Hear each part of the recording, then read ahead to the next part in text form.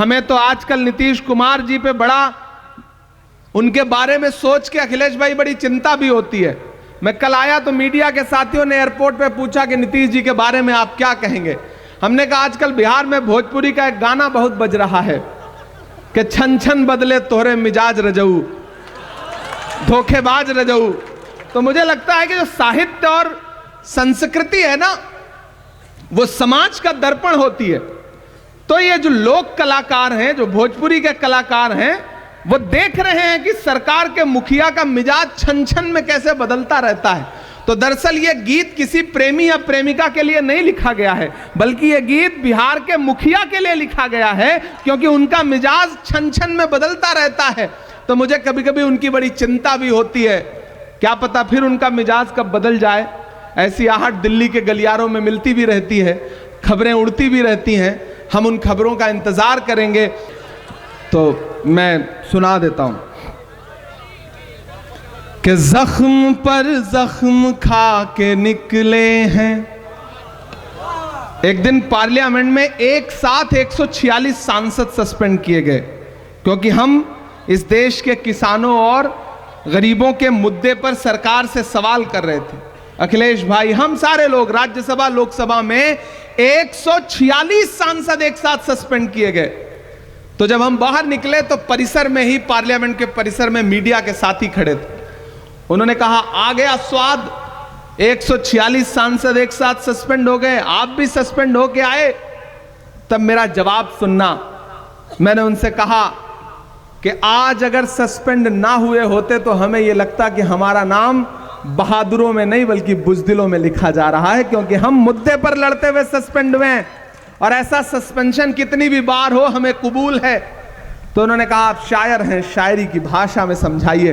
वहीं खड़े खड़े एक नज्म हुई थी, वो मैं आपको सुना देता हूं कि जख्म पर जख्म खा के निकले हैं हम, अगर मुस्कुरा के निकले हैं। जख्म पर जख्म खा के निकले हैं हम, अगर मुस्कुरा के निकले हैं। सर झुकाने का हुक्म जब आया, सर झुकाने का हुक्म जब आया, और भी सर उठा के निकले हैं, और भी सर उठा के निकले हैं। नारे हक लगा के निकले हैं कि हर सितम का जवाब आएगा। ये मैं बिहार के नौजवानों की तरफ से सरकार से कह रहा हूं, जिन्होंने रात में लाठियां बरसाई, कि हर सितम का जवाब आएगा, देखना इंकलाब आएगा। और अगली जो दो लाइनें हैं ना, यहां पंडाल में मौजूद एक एक हाथ हवा में उठना चाहिए, जाना चाहिए पटना तक आपकी तालियों का शोर, कि देखना इंकलाब आएगा, हर सितम का जवाब आएगा। अच्छे दिन का किए थे जो वादा, उनका दिन भी खराब आएगा, उनका दिन भी खराब आएगा। कि झूठ के हाकिमों के चेहरे पर आईना हम दिखा के निकले हैं, नारे हक लगा के निकले हैं। एक बुनियादी अंतर समझिए सत्ता पे बैठे हुए लोगों का और हम विपक्ष में बैठे हुए लोगों का। आप नीतीश जी की, भाजपा की कोई भी रैली उठा के देख लीजिए, सम्राट चौधरी जी का मुंह इधर होगा, नीतीश जी का उधर होगा, अशोक जी का उधर होगा, कहीं से कोई गणित मिलता ही नहीं है। लेकिन एक अच्छी चीज यह है कि आप महागठबंधन के नेता जब भी मंच पे बैठे होंगे तो मुस्कुरा रहे होंगे। हम और अखिलेश भाई बैठे थे तो सुकून से बातचीत कर रहे हैं, बिहार की राजनीति पे हंस रहे हैं, खा पी रहे हैं, कोई तनाव नहीं है। उधर इतना तनाव है कि कब किसका मुलेठा खुल जाएगा, कब किसका गमछा उतर जाएगा, कब किसकी सरकार चली जाएगी, पता ही नहीं चल रहा है। इसलिए ये पंक्तियां पढ़ता हूं। एक दिया हम जला के निकले हैं, कि हम तो निकले हैं मुस्कुराते हुए, हम तो निकले हैं मुस्कुराते हुए, और वो तिल मिला के निकले हैं, नारे हक लगा के निकले हैं, नारे हक लगा के निकले हैं, जख्म पर जख्म खा के निकले हैं, हाँ मगर मुस्कुरा के निकले हैं। सर झुकाने का हुक्म जब आया और भी सर उठा के निकले हैं, नारे हक लगा के निकले हैं। और जाते जाते अंतिम में ये पंक्तियां सुना के जाता हूं, नहीं सुना के जाऊंगा तो आप कहेंगे कि देखो सिर्फ भाषण सुना के चला गया। कि कहां सोया है चौकीदार,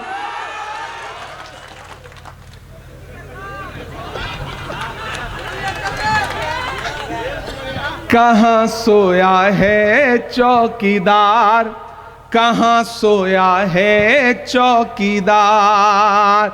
गैस सिलेंडर की कीमत भी 1000 के पार, कहां सोया है चौकीदार, कहां सोया है चौकीदार।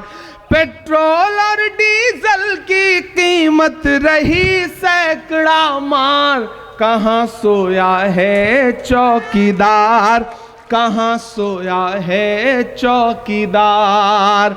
कि चाय बेचने वाला पूरा भारत बेच रहा है, बेच रहा है कि नहीं बेच रहा है? देखिए, हम कवियों शायरों को थोड़ी सी लिबर्टी होती है, हम सलीके से अपनी बात कह लेते हैं। आजकल उससे भी खतरा है। पोएट्री, आर्ट, लिटरेचर, कैसे सारी आवाजों को दबाया जा सकता है। हम करें बात दलीलों से तो रद्द होती है, उनके होठों की खामोशी भी सनद होती है। कुछ ना कहने से भी छिन जाता है इजाज़े सुखन, जुल्म सहने से भी जालिम की मदद होती है।